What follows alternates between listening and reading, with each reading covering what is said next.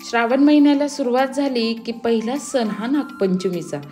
आज आपण नागपंचमी स्पेशल मस्त बाहेरून मऊ लुसलुशीत आणि आतनं छान रसरशीत हळदीच्या पानातल्या पातोळ्या कशा करायच्या ते पाहणार आहोत। पातोळ्या ह्या कोकणामध्ये नागपंचमीच्या वेळेस केल्या जातात, त्याचबरोबर गौरी गणपतीच्या वेळेस सुद्धा नैवेद्य म्हणून बनवल्या जातात। तर चला कोकणातील पारंपरिक रेसिपीला सुरुवात करूया। पातोळ्या करण्याची संपूर्ण डिटेल रेसिपी मी या व्हिडिओमध्ये दिलेली आहे। व्हिडिओ शेवटपर्यंत पाहत राहा। व्हिडिओ जर आवडला तर व्हिडिओला लाईक करा, शेअर करा आणि चॅनलवर जर नवीन असाल तर सबस्क्राईब करायला विसरू नका। अशाच अवघड वाटणाऱ्या रेसिपी सोप्या करून पाहण्यासाठी माझे व्हिडिओ बघत राहा। पातोळ्या करण्यासाठी सगळ्यात आधी सारण बनवूया। त्यासाठी इथं मी खवून घेतलेलं ओलं नारळ घेतलेला आहे, त्याचबरोबर बारीक चिरून घेतलेला गूळ, खसखस, वेलदोड्याची पूड, जायफळ पूड, ड्रायफ्रूट्स आणि साजूक तूप घेतलेला आहे। सगळ्यात आधी कढई तापत ठेवली, त्यामध्ये खसखस आपल्याला छान भाजून घ्यायची आहे। गॅसची फ्लेम ही कमी ठेवायची। कमी गॅसवर छान हलका सोनेरी रंग येईपर्यंत आपल्याला मस्त खसखस भाजून घ्यायची। खसखस काढून घेऊया। त्याच कढईमध्ये मी इथं 1 चमचा साजूक तूप घातलं, त्यामध्ये काजू बदामचे काप करून घेतलेले ते घालून घेतले। ते आपल्याला छान हलके सोनेरी रंगावर परतवून घ्यायचे। काजू बदाम छान तुपामध्ये भाजल्या गेलेत। आता यामध्ये आपण बारीक करून घेतलेलं ओलं नारळ घालणार आहोत। इथं मी ओलं नारळ खवून घेतलंय, ते आपल्याला छान तुपामध्ये परतवून घ्यायचंय।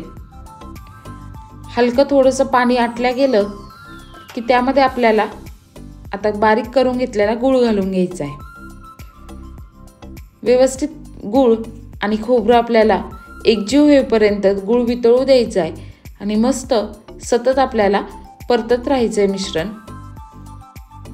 कमी गॅसवर ज्या पद्धतीने आपण मोदकासाठी सारण बनवतो, अगदी त्याच पद्धतीचं सारण आपल्याला इथं बनवून तयार करायचं आहे। गूळ छान वितळला गेलाय आणि सारणसुद्धा सुरुवातीला पातळ झालं आणि आता घट्टसर व्हायला सुरुवात झालेली आहे।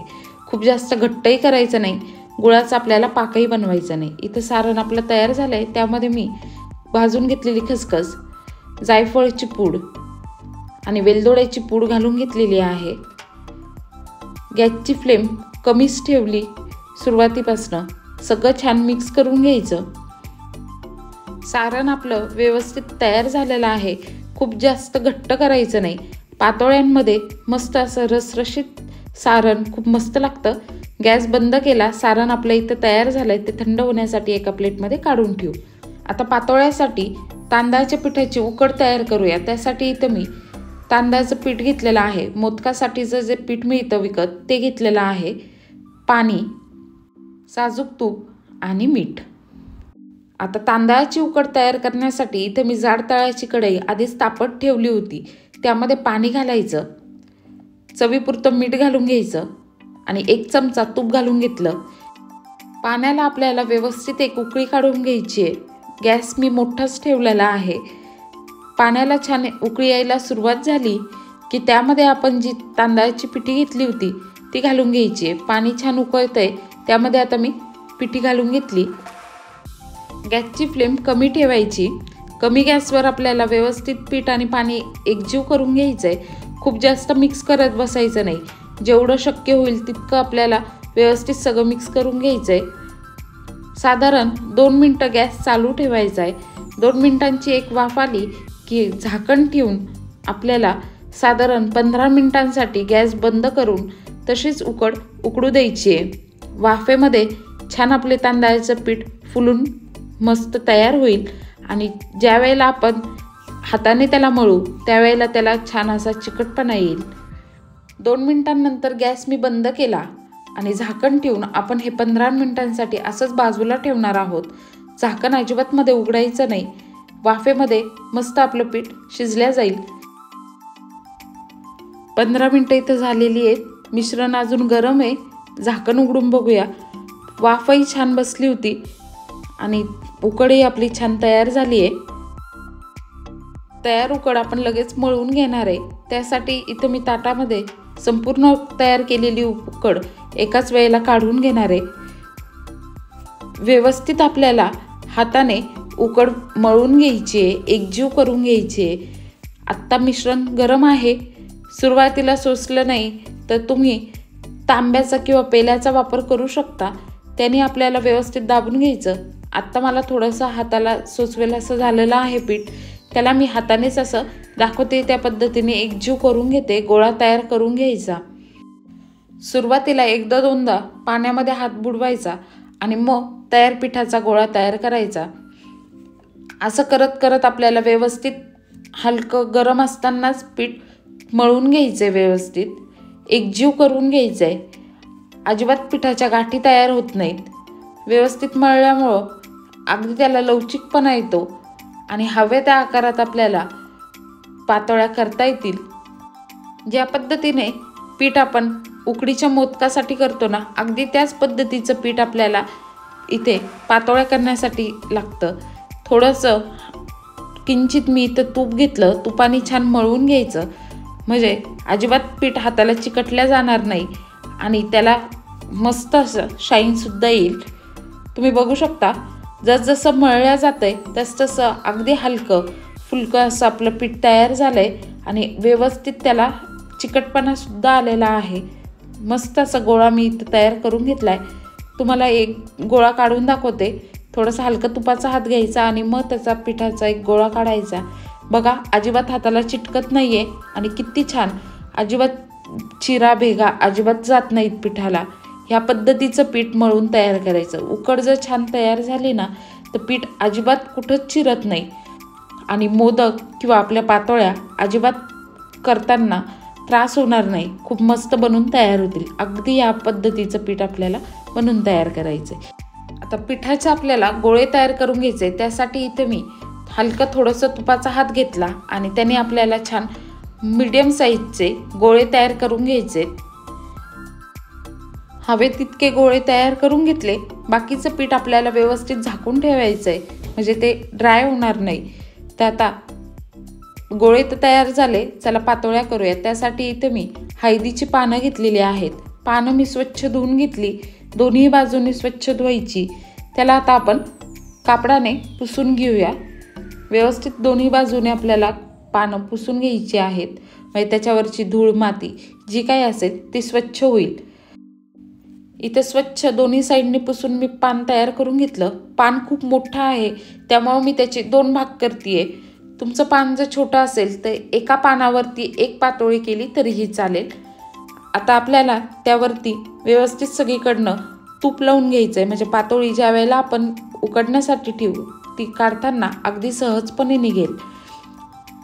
पिठाचा गोळा ठेवायचा आणि दाखवते त्या पद्धतीने आपल्याला पीठ असं थापून घ्यायचं आहे। अगदी सहजपणे तयार होतं, अगदी व्यवस्थित पसरवता येतं पानावरती। थोडासा हलका वाटला, खूप हाताला चिकटतंय असं वाटलं तर हलका पाण्याचा हात घ्यायचा। अगदी व्यवस्थित पारी इथं मी बनवून तयार केली। त्यामध्ये तयार थंड झालेलं सारण घालून घ्यायचं। सारण व्यवस्थित भरपूर घालायचं। एका बाजूला सारण भरायचं आहे, दाखवते त्या पद्धतीने थोडासा हलका करंजीचा आकार देऊन घ्यायचा आणि मधोमध आपल्याला ते फोल्ड करून घ्यायचं आहे पान। तुम्ही असं ॲडजस्ट करून घेऊ शकता आणि मग वरनं दाखवते त्या पद्धतीने कडा आपल्याला प्रेस करून घ्यायच्या आहेत। कडा व्यवस्थित दाबायच्या, म्हणजे सारण आपलं बाहेर येणार नाही आणि मस्त अशा पातोळ्या आपल्या तयार होतील। ते इथे तुम्ही बघू शकता, मस्त आपली पातोळी तयार झालेली आहे। अशीच ही तयार पातोळी मी चाळणीमध्ये ठेवून घेते। ह्याच पद्धतीने बाकीच्याही पातोळ्या करू। आता अजून दुसरी एक पद्धत दाखवते। एक पद्धतीने दाखवलं की थापून आपण करू शकतो, पण अगदी सोप्या पद्धतीने आपण सरळ लाटून सुद्धा ही पातोळी बनवू शकतो। तर ह्या पद्धतीने पिठाचा गोळा घेतला, पानाला आधी सुरुवातीला तूप लावलं, लाटण्याला तूप लावायचं आणि तयार आपल्या पिठाचा गोळा ह्या पद्धतीने लाटून तयार करायचा। अगदी झटपट बनून तयार होते, अजिबात चिटकत नाही आणि खूप सहजपणे आपल्याला ते पसरवता येतं। तुम्हाला जी सोपी वाटेल त्या पद्धतीने बनवा। दोन्ही पद्धतीने अगदी व्यवस्थित आपल्या पातोळ्या बनून तयार होतात। पारी छान व्यवस्थित मी लाटून तयार केली आहे। त्यामध्ये पण भरपूर असं सारण घालायचं, एका साईडला सारण घालायचं। बाजूला कडेला जरा जागा शिल्लक ठेवायची, अगदी काठोकाठ आपल्याला सारण भरायचं नाही. आणि ह्या पद्धतीने व्यवस्थित आपल्याला कडा जुळून घ्यायच्या आहेत. हाताने छान व्यवस्थित दाबून घ्यायच्या आहेत. हाताला जर चिटकत असेल तर थोडासा तुपाचा वापर करून जर कडा दाबून घेतल्या तरीही चालेल. अगदी छान पानाची नक्षी आपल्या पातोळ्यावर येते. आणि ह्याच पद्धतीने मी 5 ते 6 पातोळ्या इथं बनवून तयार केल्यात. ज्या पद्धतीने उकडीचे मोदक आपण उकडतो त्याच पद्धतीने खाली मी कढईमध्ये पाणी घातलं, पाण्याला छान उकळी येऊ दिली, त्यावरती चाळणी ठेवली, झाकण ठेवून आपल्याला साधारण 15 ते 17 मिनिटांसाठी छान एक वाफ येऊ द्यायची आहे. गॅसची फ्लेम मीडियम ठेवायची. मीडियम गॅसवर मस्त आपल्या पातोळ्या उकडल्या गेलेल्या आहेत. उघडून दाखवते किती छान उकडल्या गेल्यात बघा. गरमागरम पातोळ्या आपण पानामधनं अगदी सहजपणे काढू शकतो. आणि ह्या पद्धतीने बनवलेल्या पातोळ्या गरमागरम सर्व करा. त्याबरोबर भरपूर असं साजूक तूप, वाह खूप मस्त लागतात. हळदीच्या पानाचा एक खूप मस्त असा त्याला सुवास येतो. तर ह्या पद्धतीने बनवलेल्या पातोळ्या चवीला खूप चविष्ट लागतात. अगदी मधनं तोडून दाखवते किती सुंदर अशी पातोळी तयार झाली आहे बघा. बाहेरनं छान लुसलुशीत आणि आतनं छान रसरशीत. भरपूर असं साजूक तूप घालायचं. पारी मी व्यवस्थित पातळ लाटली होती त्यामुळे अजिबात खाताना पीठ लागत नाही. मधोमध असं कट करून घेतलं की भरपूर असं साजूक तूप घालायचं आणि मस्त गरमागरम पातोळ्या खाण्यासाठी आपल्या तयार झाल्या आहेत. तर तुम्हाला हा व्हिडिओ कसा वाटला ते मला कमेंटमध्ये नक्की कळवा. व्हिडिओ जर आवडला असेल तर व्हिडिओला लाईक करा, शेअर करा आणि चॅनलवर जर नवीन असाल तर सबस्क्राईब करायला विसरू नका. हळदीची पानं मिळाली नाही तर तुम्ही केळीच्या पानामध्ये सुद्धा ह्या पातोळ्या बनवू शकता. तर नक्की करा या नागपंचमीला. धन्यवाद.